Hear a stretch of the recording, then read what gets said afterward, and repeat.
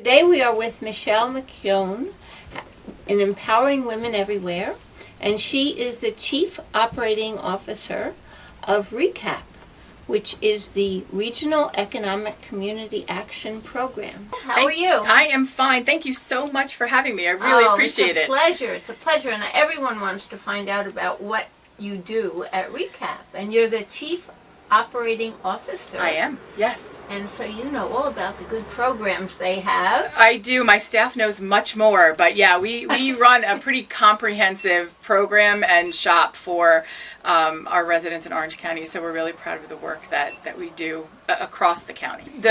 Our tagline is, if you look at our logo, it's a circle with hands kind of meeting horizontally, and our tagline is, we want to give you a hand up, not a hand out. Right. And I think that's really important to help people. We were trying to do, you know how the Newburgh Brewery does their celebrity bartending, right, which is just wonderful. So there's a brewery in Middletown, and we figured our main headquarters is in Middletown. Let's go connect with them. This is going to be great.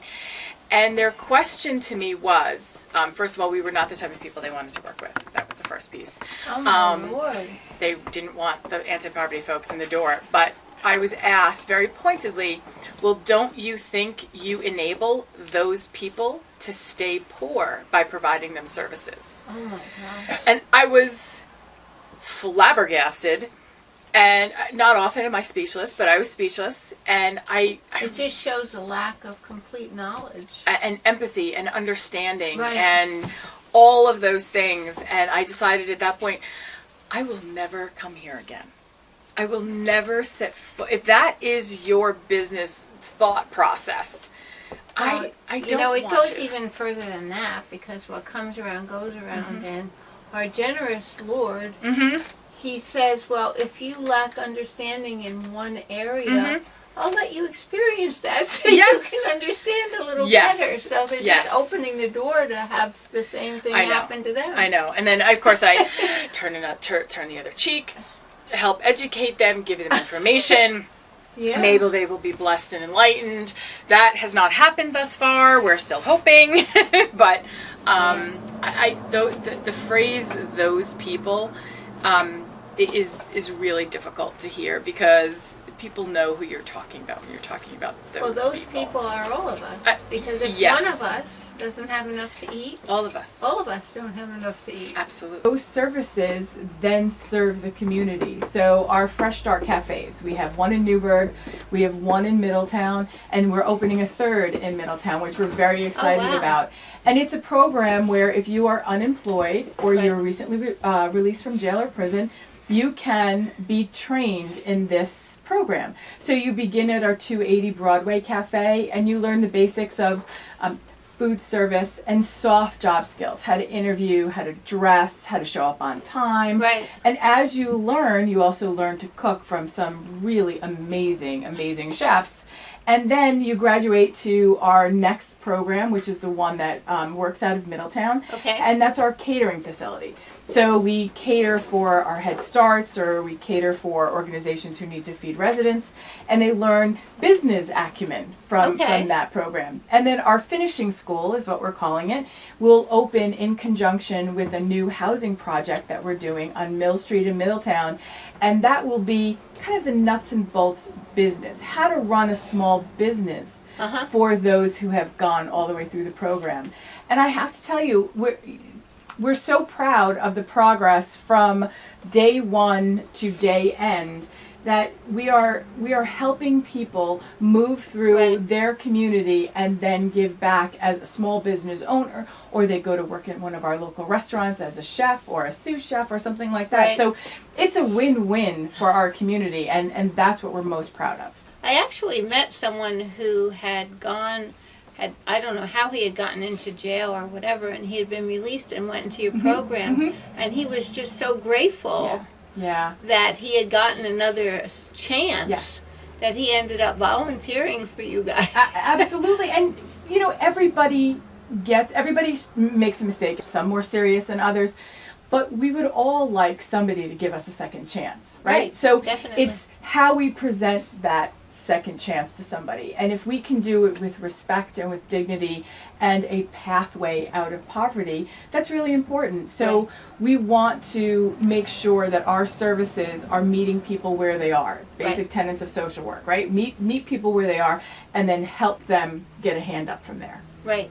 Now, basically, how I understand it, in Orange County, and it's different in every county, so people, if they're in a different county, they have to research what's happening there. But we have certain organizations that are actually for emergency situations, like emergency housing Yes. or safe homes. And you mentioned a few others. Yes, and both Honor Emergency Housing and Safe Homes do really wonderful jobs in providing the stopgap measures, the safety, the comfort, the respect, the dignity Right. for people who are walking through their door. And what we've established, certainly with Honor, we're both in Middletown, is a permanent housing. So if Right. they have somebody coming out of shelter, we want to make sure that we have permanent housing available for them at that time. Right. And we really, while we serve those who are struggling and living in poverty, we really want to target those who are most needed, or are most underserved. So we provide permanent housing for victims of domestic violence, for those who live with HIV or AIDS, seniors, veterans, and we have available spaces for them to go and to be safe and to have a sense of recovery. I think Right. is the best And word for that. community. Yes. Because it's horrible if you've gone through like trauma and then you're by yourself.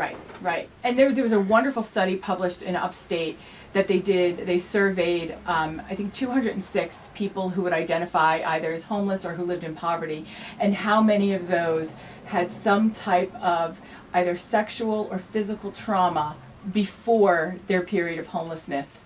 And the results were not surprising to those of us who do the work, right? Because we always know that there's something else going on. And we want to make sure that the way we approach things is trauma-informed, victim or person-centered, so that we're not forcing a service on somebody, but they're actually saying, I trust you, I've built a relationship with you, I want your help, and I want you to help me do better. Right. Now, I understand you also have a food pantry and you work with nutritional foods. Yes. So that people are getting healthy foods. Absolutely. So we have a food pantry that provides food for anybody who comes through the door who may be a little short that month, and whether they're on SNAP or whether they have a job and maybe they just can't make their ends meet. We make sure that we have food for them. The second part of the program is we're beginning a special needs food pantry. So for those who struggle with either high blood pressure or heart disease or diabetes, we want to make sure that we have foods available that can match their dietary needs or restrictions. That's great. Yeah. So that's fantastic. We're very, very excited about Now, that if piece. somebody wants to find out about your programs, they can just go to your website? Absolutely. www.recap.org. RECAP is our acronym, and they can call 342-3978, and that would kind of open the doors. Now the area code is 845. 845. 342-3978. Okay, very good. Yeah, our website really has a great list of all of our programs, how you can be involved, how you can refer. So if I'm struggling with addiction, or my husband is struggling with addiction, I can look at the Recap website, or I can call the office, and then they can be designated. We have a residential and a non-residential treatment facility for those struggling with addiction. Well, we didn't even talk about that. Right. Talk about that a little bit. Right. So it, again, we have this epidemic in not only the country, but certainly in Orange County, and we have a great bunch of service providers working really hard to try to capture as much as we can in this in particular the opioid epidemic. So Catholic Charities and Honor and we all kind of work in a partnership to make sure that we have services available for those who need to reach out and get the services, which is really important. And now I understand that a lot of people are becoming needing of the opioid from being treated for pain, and that it can affect anyone. It can affect anyone, and and I think that's the education piece that we have to do, Yeah. that there is not a stereotypical drug addict. There is not a stereotypical homeless person or a person who's living in poverty. It could be, and maybe, the person sitting next to you at a table, right? So you want to make sure that you have a fully formed view of what that looks like and what you can do to help. Right. Rather than, and I had used the phrase before that it's a phrase that irks me to no end, the those people phrase. Oh, it happens to those people. Well, those people can be any one of us. So we want to make sure that we have the information to reach out to somebody who may be embarrassed or who may be humiliated about what's happening to them, and provide a pathway of least resistance to make sure that the journey for help isn't more cumbersome than the journey of being not sober or not housed. So it's how we improve access, reduce barriers, and give those struggling a voice in the process. Right, and it's confidential. Of course. So if someone calls, they don't have to be worried, I'm telling on someone. No, it's all confidential services, and we respect people's privacy. And if you're telling people, other people's business, people are not going to come to your doors. And it's hard enough to make that first step, so we want to make sure we make it as easy as possible. Right. Now, I understand you do some things with energy services. So if someone is, living in a home that is, not energy efficient or that has a lot of air going through it. Yes. We do. I learned a lot about blower doors in our energy services department, because I went out when I first began with Recap to learn kind of the energy services stuff. I am inept, totally inept in trying to figure out how to do those things. However, our staff, who are weatherizers, are really great at what they do. So for the summer, for example, they put air conditioners in house that need air conditioning.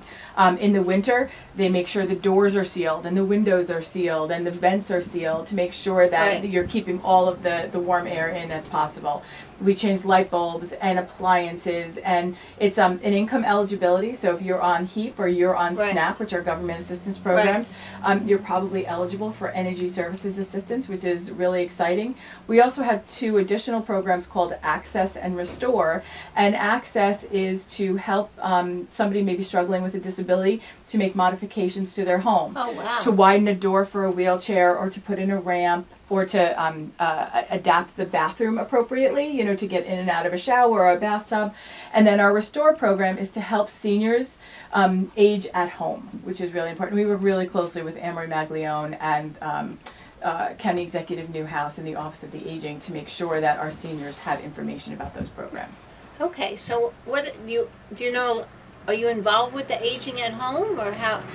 My role is to make sure that we have a really strong partnership with Office of the Aging, and we do. So the energy services staff and the staff of Office of the Aging, if they get a referral that somebody who is elderly maybe needs a roof or maybe needs a ramp, or they will then refer them to our program. So it's a really nice partnership. So if you know someone that may be in that situation, and there's a lot of different areas that you service in the environment, like everything. Absolutely. So reach out to Recap or reach out to Office of the Aging, certainly, and we'll be able to help out. To work together. Mm-hmm. And your number again? 342-3978. An area? 845-342-3978. Okay, and your website? It is www.recap.org. Okay, now is there any opportunity if people want to get involved as a volunteer? Or? Absolutely, we're always looking for people. In particular, we have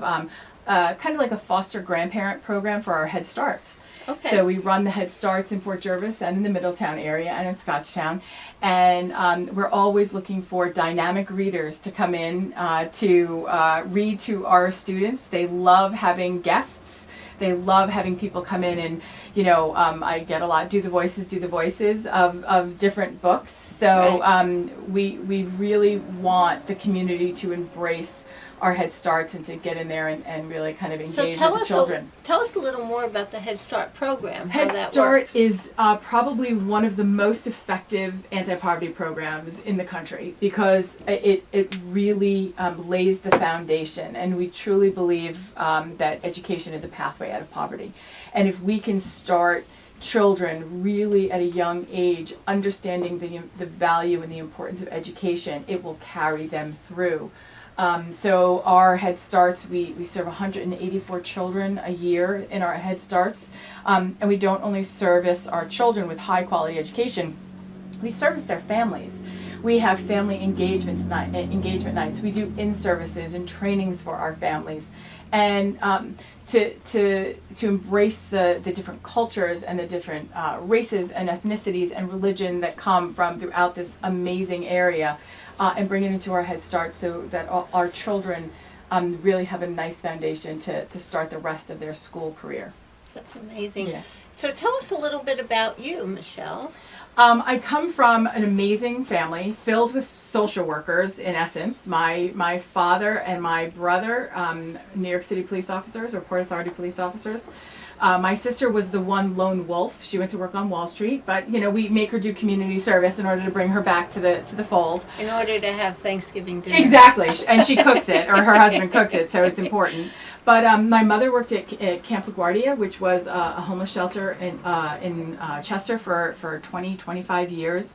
So I think I had it in my blood to give back and be thankful for what I had been given in my life. Yep. So I have a master's degree in social work.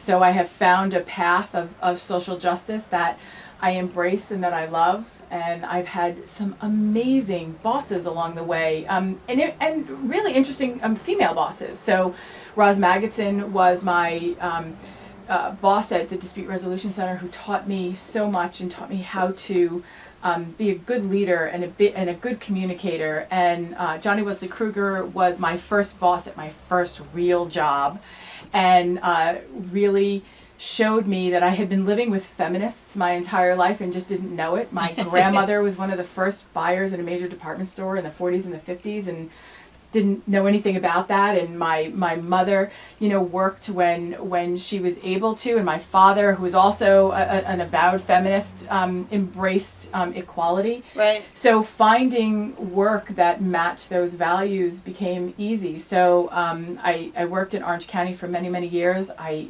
love my colleagues. I love my friends. I was given the opportunity to become the Chief Executive Officer for the New York State Coalition Against Domestic Violence. And I went up there, and we've got some amazing work done. We passed fair access in the courts while I was up there. We made strangulation an offense while we were up there, because up until 2010 or 2011 it wasn't a criminal offense on its own right. Wow. So that we worked really closely with Senator Schneiderman, now Attorney General Schneiderman, to make that a law, and we were really proud of the work. And I love the work I did up there, but I loved being home. My family is here. Yeah. So when I came home, I worked a little bit with Nora Cronin Presentation Academy out of the city of Newburgh. While I was there, I was approached by RECAP, and they said, "Hey, you want to come over and play with us for a little while?" And I said, "Absolutely." I had worked with RECAP very closely while I was here. Love the work they do. Love the people who do it. And it was just a natural and perfect fit. So. Well, I've met some of the people from RECAP, and they're very warm and caring and very efficient in what they do. So if there's anyone out there that needs to have any of these services, please call. Absolutely. And my direct line is 845-421-6267. So if anybody needs to reach out and get information, or want to volunteer, or have a private question that they just want to ask confidentially, I always give out my direct line. So please feel free to call and reach out for services. Cool. And then tell us a little bit about the Nora Cronin Presentation School. So Nora Cronin Presentation Academy, we're celebrating our 10th academic anniversary, and we provide a free education for young girls, 5th through 8th grade, who live in the city of Newburgh, whose parents live under the poverty line and who are designated at risk. and at risk for, it could be just living in poverty or living in their neighborhood. So we provide this safe space for them, and we have an extended day, an extended year program to make sure that the girls, are at school until 5 o'clock, and they come all through July and part of August to make sure that their summer days are filled with really some amazing academic and social programming. We've had the Hudson Valley Shakespeare players over to visit them. They learned how to do the DNA of a strawberry. They had the climate New York Times writer who had just had an audience with the Pope come over and speak with them for a while. They're amazing, amazing young women, and the people who run this school are heaven sent. They do this unbelievably worthwhile program for $400,000 a year. They get no federal, state, local, parish, archdiocese money to do this. It's all really just grants and donations. And 100% of the girls who have graduated from Nora Cronin have graduated from high school, and 100% of them have gone on to college and or a vocational school. Percentage. And 43% or 47% of those girls have gotten college scholarships. So we are really proud. This is actually outcome-based, results-driven anti-poverty So programming. anyone that says that, if you're in poverty, that you're a certain kind of person, it doesn't have to do with anything about you as a person. No. It has to do with your circumstance. Yes, and the opportunities. And that's the opportunity. Yeah. And that's absolute proof Yes. of that. Yeah. 100%. Absolutely, and it goes back to education is a pathway out of poverty. So if we can stop a cycle of intergenerational poverty through a free education for 5th through 8th grade girls, there's no reason not to do it. So Right. I'm really proud to be affiliated with Nora Cronin, and they do some pretty amazing work. Now, what is the line of poverty? What is that? So it varies, but it's what a family of four subsists on or make an income, and then the poverty rates differ in different places. So Okay. the poverty rate for single-headed for women-headed households with children in the city of Newburgh is 59%. Okay. So 59% of women and children who live in the city of Newburgh, where women are the heads of the household, Right. live in poverty, and that is an astounding number. And we need to put programming in place, make Right. sure that there's access to education in order to reduce that number significantly. Exactly. And tell us a little bit about your fundraising events that they can find out about. So for recap, we have a very, very highly entertaining bowling event coming up in September, which I am trying to get bowlers on my team because I am not a very good bowler. So I don't want to lose either. So I would like some really good bowlers on my team. So if anybody's interested, again, please see me. A bowler that doesn't like losing. Exactly. That's what I need on my team. More importantly, we also have a golf outing for recap coming up on September 16th. And I am a worse golfer than I am a bowler. So if anybody can golf with me, that would also be really helpful. But all of the funds raised go right back into programming. Right. So the bowling outing directly impacts all of those funds go back into our nutrition and our food pantry and our advocacy program. And then the golf outing certainly supports all of the programming. And for all rest of the agency. information on these fundraisers is on the website. It is www.recap.org, so you can find out and register for all of the events. And what's the Nora Cronin website? Nora Cronin is www.noracroninpresentationacademy.org, and that is 845-569-0708. So, Michelle, what do you think are some of your greatest challenges moving forward, especially in this political environment? Well, there are many of them, and it certainly it certainly gives me great concern when we start talking about cutting what is kind of thrown around loosely as entitlement programs. That SNAP is an entitlement program. It's not an entitlement program, it's a food program to feed those who can't feed themselves. So I am really concerned about the social justice aspect of kind of the rhetoric that is talked about. I get very concerned about this thought that we're going to cut programming, we're going to cut Head Start, we're going to cut things that are proven to work in order to make a point to a very small segment of the population that thinks that poor people are, sucking the marrow out of the American fiber or the American fabric. That's not what's happening. Programs like RECAP, programs that serve homeless like Honor, programs like Catholic Charities, all we are trying to do is help people help themselves.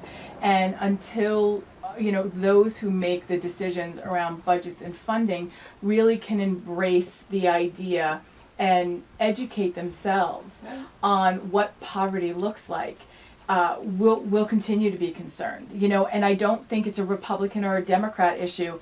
It's a human issue. Do we want our children fed? Of course. Do we want an educated populace? Of course. How do we go about doing that? Could be two different tracks. But the bottom line is we have to take care of those who can no longer or who cannot take care of themselves. And if we start to drift away from those principles, I'm really concerned in the direction that then we'll go. We really need to embrace the fact that not everyone has the same opportunities as everyone else. Not everybody has the same access that everyone else has. So how do we broaden the access to programs and services and opportunities? How do we reduce the barriers for people who are experiencing challenges, whether it is an addiction challenge, whether it is a mental health challenge, whether it is a challenge of trauma? How do we provide services in a way where the taxpayers aren't saying, hey, those are my dollars you're using, and those who need the services feel dignity, they are served with dignity and respect. Exactly. And I believe we have a wonderful social services program in Orange County who try to capture those most in need. And I do hear the calls about rooting out fraud and making sure that we're addressing those issues, but we never want to look at one end or the other end without understanding that most people are caught in the middle, right? Very few people in an entirety commit fraud on purpose. I was working with a young woman who had some cognitive difficulties, and she filled out a SNAP form and turned it in, and we didn't know she was turning this in, and she ended up being arrested for SNAP fraud, which is food stamps. Right. And she wasn't trying to commit fraud. She just didn't know how to fill out a form. Right. And if you have not had the same educational opportunities as everybody else, if you have a cognitive or a processing issue, right, you may have trouble filling out those exactly. forms. And we want to make sure we're providing support right. for somebody who is not doing anything wrong on purpose, but they're doing it because of circumstance. Now, for those who are committing fraud with right. intent and with malice, yes, go after them, figure it out. Definitely. But there are more people in the gray area because than are in they're the black taking area or they're white taking area. away from the people that need the program. Of course. For their own self-gain, and they should be gone Yes. after.